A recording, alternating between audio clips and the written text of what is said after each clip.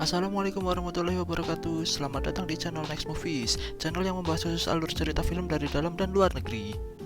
Sebelum mulai menonton alur cerita film Hollow Man, tidak ada salahnya untuk mengingatkan kalian agar menekan tombol subscribe dan juga loncengnya supaya kalian dapat notifikasi dari channel ini. Perlu kalian ketahui bahwa channel ini untuk sementara mempunyai 3 subscriber. Dukung channel ini supaya bisa semakin bermanfaat bagi halayak banyak. Terima kasih dan selamat menyaksikan. Film diawali dengan adegan seekor tikus berlari masuk ke kandang. Tiba-tiba tikus terangkat dan perutnya seperti dipegang, diremas, dan tiba-tiba tikus itu berdarah. Darahnya pun membentuk mulut, gigi taring, dan kepala. Scene beralih ke Sebastian yang sedang mengutak-atik DNA di komputernya, dan percobaannya masih tetap gagal. Karena merasa capek, tiba-tiba dia ke jendela dan melihat cewek sedang ganti pakaian. Namun tirainya segera ditutup. Asam kentang. Oke, lanjut. Sebastian berjalan sebentar di kamarnya, dan tiba-tiba ia mendapatkan ide untuk percobaan DNA-nya. Dan akhirnya, di komputer itu menunjukkan keadaan stabil. Sebastian segera menghubungi Lin, teman kerjanya. Mereka saling komunikasi dengan webcam, seperti Zoom kalau zaman sekarang. Sebastian melihat ada laki-laki di ranjangnya Lin. Sebastian menanyakan siapa laki-laki yang tidur denganmu, tapi Lin tidak mau kasih tahu. Untuk info, sebenarnya yang tidur dengan Lin itu Matt. Dia juga teman kerja, tapi Lin dan Matt menyembunyikan hubungan mereka. Esoknya, dengan mengendarai mobil, Sebastian atau Dr. Ken pergi ke lab dengan muka sumringahnya. Seorang perawat tiba di lab. Dia menyapa Isabel, yaitu hewan yang dikurung di scene awal tadi yang makan tikus. Di lab itu banyak hewan seperti kera, simpanse, anjing, dan lain-lain. Tapi Isabel ini unik, karena hewan ini nggak kelihatan. Setelah perawat ini memakai kacamata termal, kelihatanlah sosok Isabel ini, dan ternyata seekor gorila. Saat perawat mencoba menyuntik Isabel, tiba-tiba Isabel menggigit tangan kanan perawat, dan kaburlah Isabel. Perawat kemudian mengejar Isabel. Di lorong, perawat bertemu dengan Dr. Ken, dan mereka mengejar Isabel dan akhirnya Isabel ditembak dengan obat bius. Di scene selanjutnya, Lin sudah menyiapkan lab dan serum yang akan disuntikan ke Isabel. Setelah tim dari Dr. Ken siap semuanya, mulailah Dr. Ken menyuntikkan serum itu. Terlihat kalau serum itu mengalir ke seluruh pembuluh, jantung, dan mulai terbentuklah tulang dan otot Isabel. Tapi tiba-tiba Isabel menjadi liar, meronta-ronta, dan menunjukkan kalau tekanan darah naik. Diambillah alat pacu jantung dan setelah beberapa kali disetrum, akhirnya detak jantung Isabel semakin stabil, dan akhirnya kelihatanlah wujud Isabel beserta bulu-bulunya. Semua tim tampak senang dan Isabel kembali ke kandangnya. Malamnya, semua tim merayakannya dengan makan malam. Di sini diketahui kalau Dr. Ken atau Sebastian itu pernah punya hubungan dengan Lin. Wah, padahal Lin udah punya pacar yaitu Matt. Nah, di sini Sebastian ngajak balikan, tapi Lin menolaknya. Scene selanjutnya, Dr. Ken, Lin, dan Matt pergi ke Pentagon untuk presentasi kemajuan proyeknya. Tapi di sini sungguh mengagetkan, karena Dr. Ken tidak bilang ke komite Pentagon bahwa dia sudah berhasil. Tapi dia berbohong kalau proyeknya butuh waktu lagi dan akhirnya komite Pentagon mengancam kalau tidak secepatnya ada hasil, maka mereka akan mencari Dr. Ken yang lain. Lin dan Matt kecewa, kenapa nggak bilang aja kalau udah berhasil. Tapi Dr. Ken punya alasan, yaitu kalau dia bilang udah berhasil, maka dia bakalan dibuang. Masuk akal sih, tapi kan itu proyeknya Pentagon, dan biaya riset juga dari Pentagon. Harusnya sih bilang aja padanya. Ataukah mungkin Dr. Ken punya maksud lain? Lanjut. Scene selanjutnya, Dr. Ken berencana untuk masuk fase 3. Apa itu fase 3? Yaitu serum akan disuntikan ke manusia. Namun Matt bilang kalau mau disuntikan ke manusia perlu aturan dan prosedur. Dan ternyata menyuntikkan serum ke manusia adalah visi dan misi Dr. Ken selama ini. Dr. Ken berencana untuk mencoba serumnya ke diri dia sendiri. Meski teman-teman kerjanya yang lain kaget, kok bisa dapat persetujuan fase 3? Tapi Dr. Ken meyakinkan kalau dia menjadi sukarelawan, dan komite menyetujuinya. Pandai sekali berbohongnya. Setelah 4 minggu percobaan dengan mengembalikan 7 primata, tibalah saatnya. Dr. Ken berbaring, dipasanglah pengikat di tangan dan kakinya. Kemudian disuntikkanlah serum. Yang nyuntik itu dokter Ken sendiri ya. Sebenarnya Lin yang mau menyuntikkan, tapi kata dokter Ken, mending dokter Ken aja yang nyuntik biar nggak ada yang disalahkan. Setelah disuntik, perlu sedikit lebih lama serum untuk bereaksi karena struktur DNA manusia lebih rumit dari gorila. Dan betul saja, serum mulai bereaksi di tubuh dokter Ken, dimulai dari tangan kesemutan, menjalar ke tulang belakang, dan akhirnya dokter Ken teriak dan mulai bagian tubuh dokter Ken menghilang. Selama 3 menit prosesnya, dan dokter Ken menghilang, kondisi dokter Ken stabil dan dia pingsan setelah mengalami proses menghilang. Di scene selanjutnya, dokter Ken siuman. Dia merasa kalau cahaya terlalu terang karena kelopak matanya transparan kan.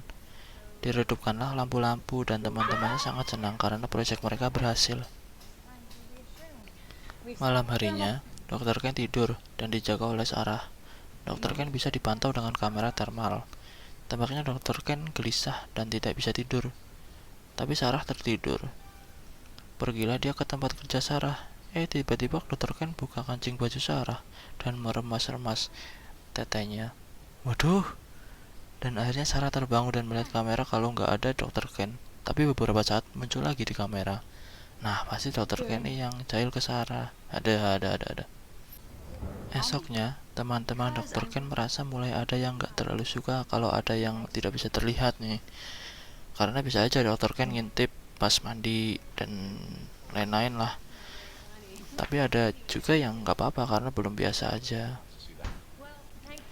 Malamnya, Lin yang sedang kerja dengan mikroskopnya, tiba-tiba dokter Ken menjahili dia nih dengan memindahkan minumannya. Lin sadar kalau itu ulah dokter Ken.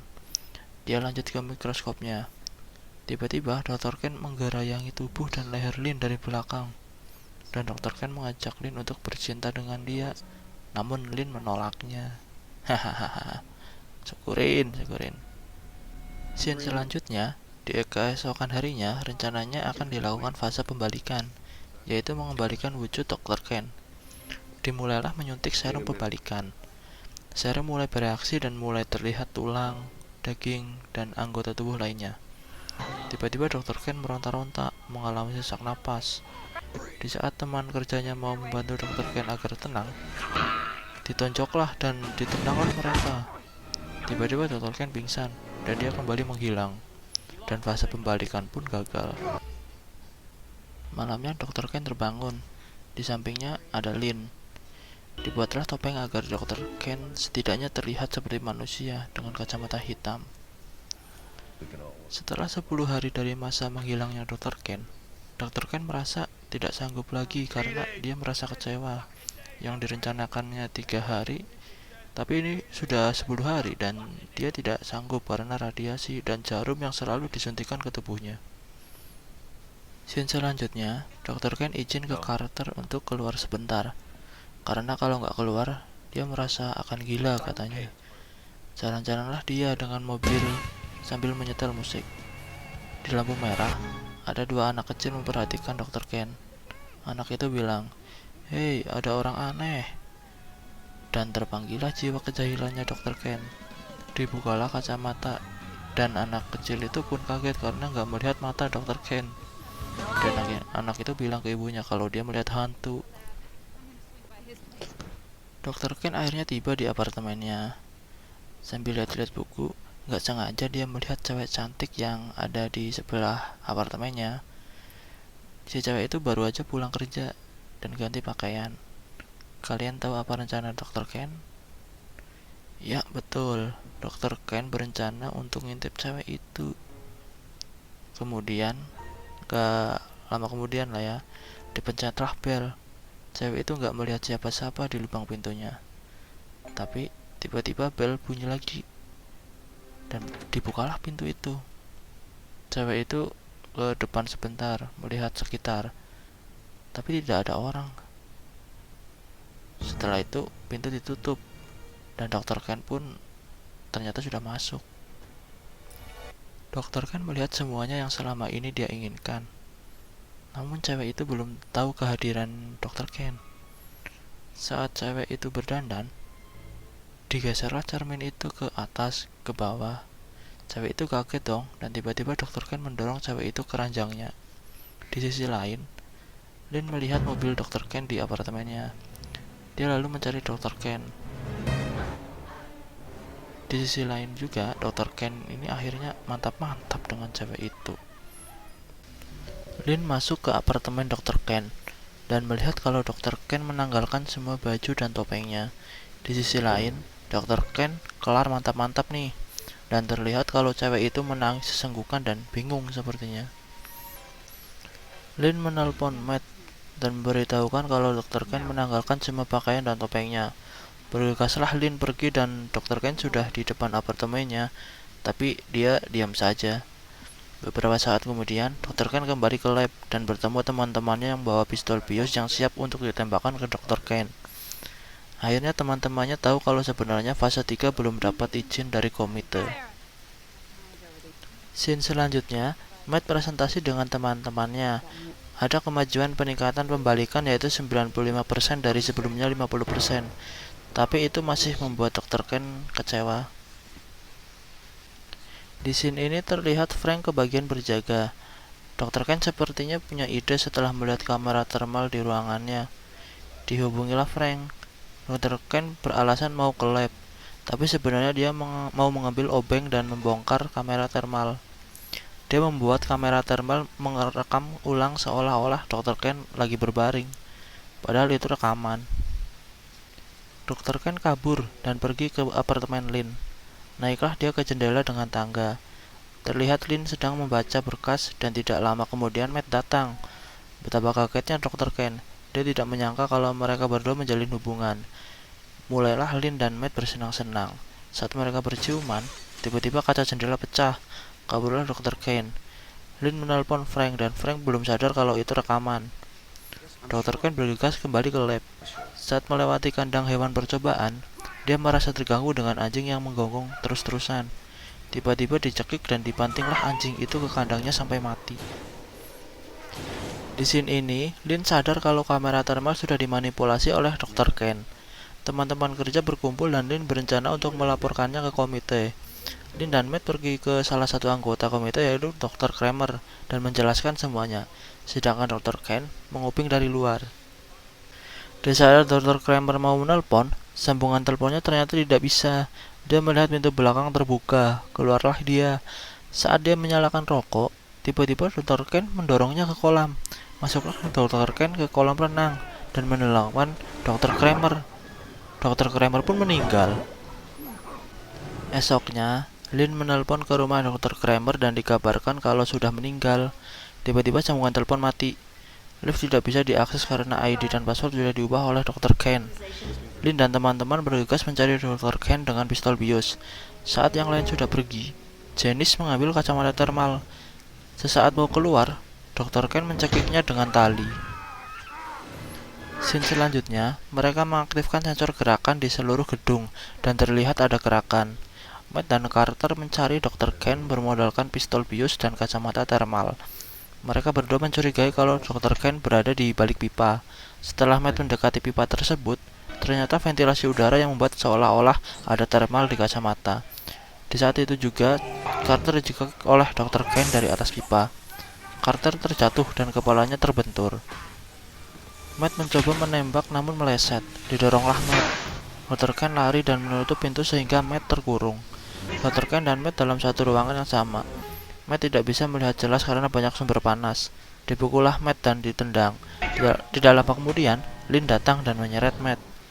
Di saat Lin dan Matt sampai di lab, ternyata lab kosong. Sarah dan Frank mencoba menolong Carter. Di sanalah mereka terpisah. Frank menekan luka Carter, sementara itu Sarah mengambil kantong darah.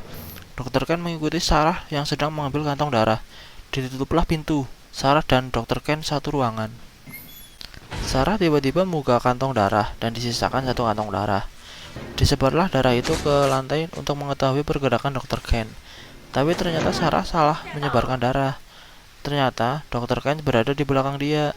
Dengan sisa satu kantong darah, dilemparkanlah kantong darah itu dan tepat mengenai Dr. Ken. Tapi segera Dr. Ken mendorong Sarah dan menembakkan bios ke Sarah. Tidak sampai di situ saja, Dr. Ken membunuh Sarah dengan mematahkan lehernya. Di sisi lain, Carter mulai melemah. Lin dan Matt datang. Lin beranggapan kalau Sarah mati karena sudah terlalu lama dia tidak balik lagi. Akhirnya Lin, Matt, dan Frank pergi melihat keadaan Sarah. Di saat Frank menyemprotkan gas, tiba-tiba Dr. Ken datang dari belakang dan menusuknya dengan linggis.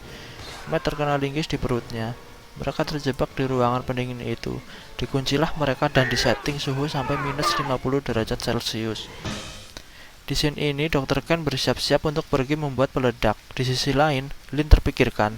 Dia membuat magnet yang nantinya bisa menggeser pengunci di depan pintu. Dan akhirnya pintu bisa terbuka. Lin bergegas mencari Dr. Ken. Dr. Ken membuat bom waktu yang disetting 5 menit. Saat Dr. Ken di lift dan mau kabur, datanglah Lin dengan semprotan apinya dan disemprotkanlah api ke badan Dr. Ken. Terbakarlah dia. Sambil berlari terbata-bata, tiba-tiba semprotan apinya hilang dan Dr. Ken kembali menghilang. Lin melihat sensor pemadam di atas. Disemprotkanlah api ke atas sensor dan keluarlah air. Tiba-tiba Dr. Ken terlihat muncul dari belakang dan dipukullah Lin. Saat leher Lin ditindih dengan kaki Dr. Ken, tiba-tiba Matt datang dari belakang dan memukul kepala Dr. Ken dengan linggis. Saat mereka berdua pergi, mereka gak tahu kalau Dr. Ken belum pingsan. Diambillah linggis oleh Dr. Ken. Saat mau memukul Matt dan Lin, secara refleks, Matt menipis dan Dr. Ken terlempar. Linggis menancap ke sumber listrik dan Dr. Ken tersetrum dan pingsan. Sadar akan ada bom meledak, Lin dan Matt bergegas kabur melewati tangga di atas lift. Bom akhirnya meledak, menghancurkan koridor dan terlihat sudah mulai membakar lift, dan lift terdorong ke atas melewati mereka. Api terlihat naik tapi tidak mencapai ke posisi Lin dan Matt. Tiba-tiba lift turun lagi namun akhirnya macet, dan tidak mengenai mereka berdua. Alhamdulillah. Naiklah mereka berdua melalui tangga. Tiba-tiba muncul Dr. Ken dengan wujud tulang dan otot terlihat. Dipeganglah kaki Lin dan mencoba menariknya agar jatuh. Dan akhirnya mereka berdua jatuh ke lift. Lift pun turun namun akhirnya berhenti. Diajaklah Lin berciuman dengan Dr. Ken. Saat Lin berciuman, dia meraih kabel lift. Dan akhirnya lift diputus kabelnya oleh Lin dan Dr. Ken pun jatuh. Lin dan Matt akhirnya keluar dari gedung. Terlihat regu penyelamat datang. Lin dan Matt dibawa ambulans. Film pun selesai. Terima kasih sudah menonton video ini. Maaf apabila di video ini terdapat hal yang kurang berkenan. Kami menerima kritik dan saran untuk berkembangnya channel ini. Like untuk penyemangat kami dan komen untuk membantu berkembangnya channel ini. Wassalamualaikum warahmatullahi wabarakatuh.